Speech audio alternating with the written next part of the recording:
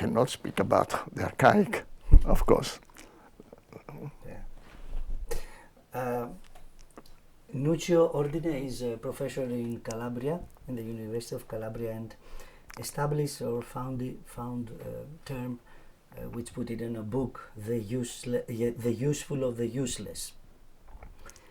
This term also occupy my work when I work on theater, how I can approach useless as a term in my work in theater.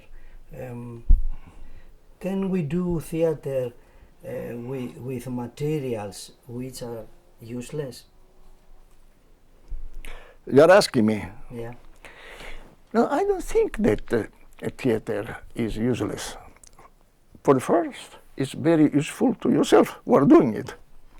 It gives meaning, it gives possibility of encountering other people, it gives the possibility to a sort of working situations, flirt with actresses or actors, boys and girls. It gives you a possibility of earning money. So it's extremely useful, I find it, for the person who does it. When it comes to define the usefulness of theater for society, well, I have problems. I don't know if theater, just as it is now, performance presented in special buildings where spectators go and pay and buy tickets, can be useful. What do we mean by useful? Very often it is useful to love one's own children. It's useful or useless to betray your wife or your husband. I mean, at the moment you start using this category, you don't build conditions for creating a meaning in this meaningless in which we live. When theater, which if we look at the history, theater as we know it is a result of a situation which arose in the 16th century in Europe, where people gather to entertain other people. This has been the birth of European theater, and it was, from the very beginning, it had a sort of DNA. On one side, it should be profitable. You had to earn money. Therefore, they invented something which didn't exist before, the ticket. So that while before performances could be organized by the church or by the aristocratic families who paid the actors, now the actors invented a sort of freedom, because by selling the tickets, which was very cheap, but many of them made them no longer depend from the church or from the aristocrats. But it remained an entertainment enterprise. So theater must be profitable, and the other part of the DNA, if you think of is that relationships were temporary. These actors had a contract, maximum 2 years, and they disbanded. So all theater culture is based on usefulness, you have to earn money, and that people don't remain together. Today you have subventions, but this is also in order to get subventions, then you have to be profitable. So you have to show that you are artistic, that you are useful for the society, that you have contacts with the university, and all these things, in order that the people at the Ministry of Culture give you some grant. So I find the theater very useful for those who do it, and also useful according the situation in which you are, because it can give an enormous meaning. If you are a group of immigrants and then you start making theater in your own language, unbelievable the effect of, for them, but also in giving them a certain security towards the others. So this category, if you start speaking using these categories, you don't arrive very, very far. Yeah. Theater should be a dogma. Exactly as you believe that there are certain human rights, the same you should believe that you have to support culture. And theater is part of culture. After 81 productions which you have directed, for you, what is the meaning of making theater today, and as well as what is the meaning of the craft in theater, the work? All the performances from the very first one have been a sort of huge difficulty for me, because I'm not a talented person, and I probably the results can look like this, but myself have a huge quantity of difficulties and insecurity. I don't know at once which way to go. So I need actors which I've prepared, and they are accustomed to my way of working. But my way of working means that for 6, 7, 8 months we are working, which is a sort of blasphemy in theater, because in theater, maximum 6 weeks, you should be able to do a good performance. So when you say, why are you continuing, is because after I do a performance and then I really feel exhausted. And therefore, after one year of work, and then we start performing, and then by performing I see this creates many new possibilities, connections, ways of using this performance in different circumstances.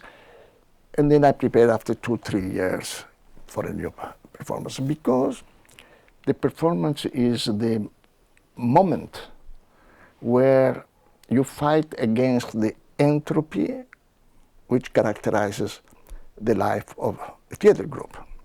If you don't again take all the people and say, now we are going again to climb the mountain, but we remain in the plain, so slowly the group doesn't exist anymore. Therefore, it was important every third, fourth year to do a new production. Also because I considered to be part of my duty, my obligation. I'm receiving certain amount of money from the state, from the municipality, and they expect me to keep this place alive. So this has been a major motivation for continuing. And still today, although with the TBS at the time of the yellow fever, it's very complicated and creates me many aspects or feelings of insecurity, because I don't know where I'm going. Nevertheless, I feel that this is this difficulty which makes me measure my knowledge, my insight, and my capacity of continuing to have professional connections with my actors. With ISTA, the International School of Theatre and Anthropology, you open a new field of studies upon the performing arts. Now you created Barbara's Varley Foundation. What is your vision for this foundation? What you want to achieve during establishing this foundation? The foundation in reality was motivated by Julia Varley's wish to support activities for women in theater. She's been doing all this by establishing a network called the Magdalena Project. She's been doing a festival here called Transit every third year. So she felt that she wanted to continue this, and she got a small heredity, some money, and she decided to use it as a sort of foundation. Mm-hmm. So she was thinking of giving this money to the Odin theatre so that they could. But there were a lot of legal aspects, because you have to have a foundation. It's very difficult. In Denmark, you have to have a board of directors, very complicated. While in Italy, it's much easier because the new laws allows situations like ours. So it is much, you can just deposit 30,000 euro, and then you can begin to do your activities. So this was the day. When Julia decided to do this, I said, okay, but maybe I can give you, also put my name, because my name is a sort of capital. It can give us, and in this way, the foundation was created. So the first impulse comes from Julia, I join, and then what was very quick happening was that I had decided not to continue as director of the Nordisk Theatre Laboratorium and of the, but continue just only Odin Theatre. Many of the activities which I was doing before, like Easter, like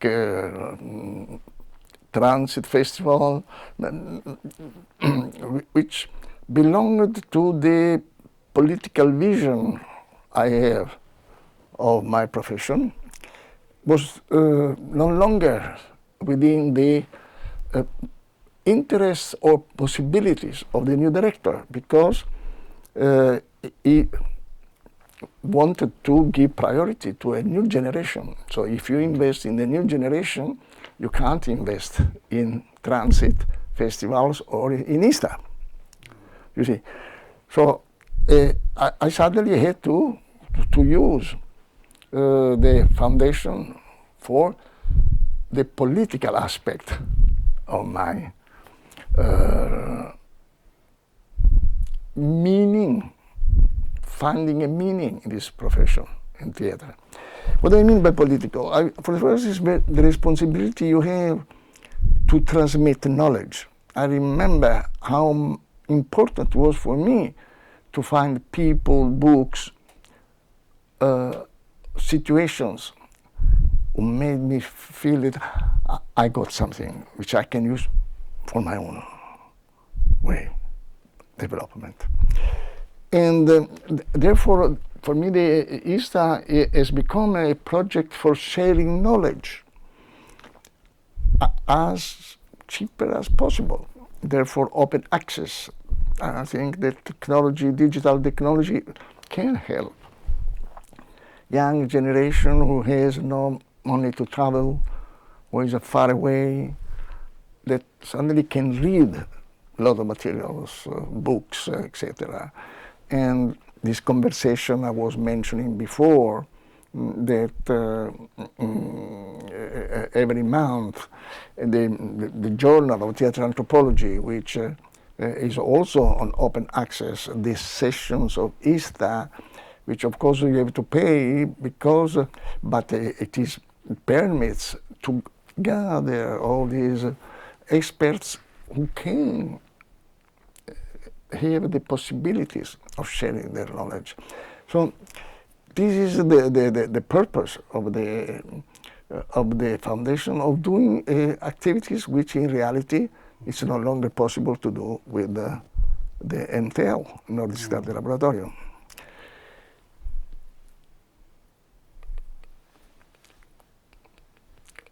At the same time, at the Nordic Theatre Laboratorium, I work with the Odin Theatre. We are doing the Odin Week Festival or preparing a new production. But all the other initiatives, let's say, when I could say, let's go and to a country in Latin America where I feel that a group could have a huge support by us going and visiting them. And of course the group has no money, so we ourselves are paying for it. So all this is today impossible, but I hope that through the foundation, of course the amount of money is very, very little, it's symbolic, but I always thought that money is important, but even more important is the stamina of the men and women who are fighting for certain things. Yeah. Many people write about you and making films or documentaries. How you define yourself? Theater director, writer, scholar, theater educator, teacher, or just an intellectual people, an intellectual man? I mean, how you consider yourself? I have difficulty in defining myself in a certain way. My identity, if I should say, what is your professional identity, is more as a theater director. This is what is my job. I am able to do something which other people call performances and pay money for seeing it. An intellectual, I think, is someone who is able to work with abstractions, and then anybody can do that also. A factory worker. I know when I was a communist in Norway, when I was young, I knew a lot of proletarians who were intellectuals in the sense that they were reading books, novels, and even a lot of political, ideological literature. So I'm very, I enjoy being with scholars, because scholars, especially those concerned with the theater,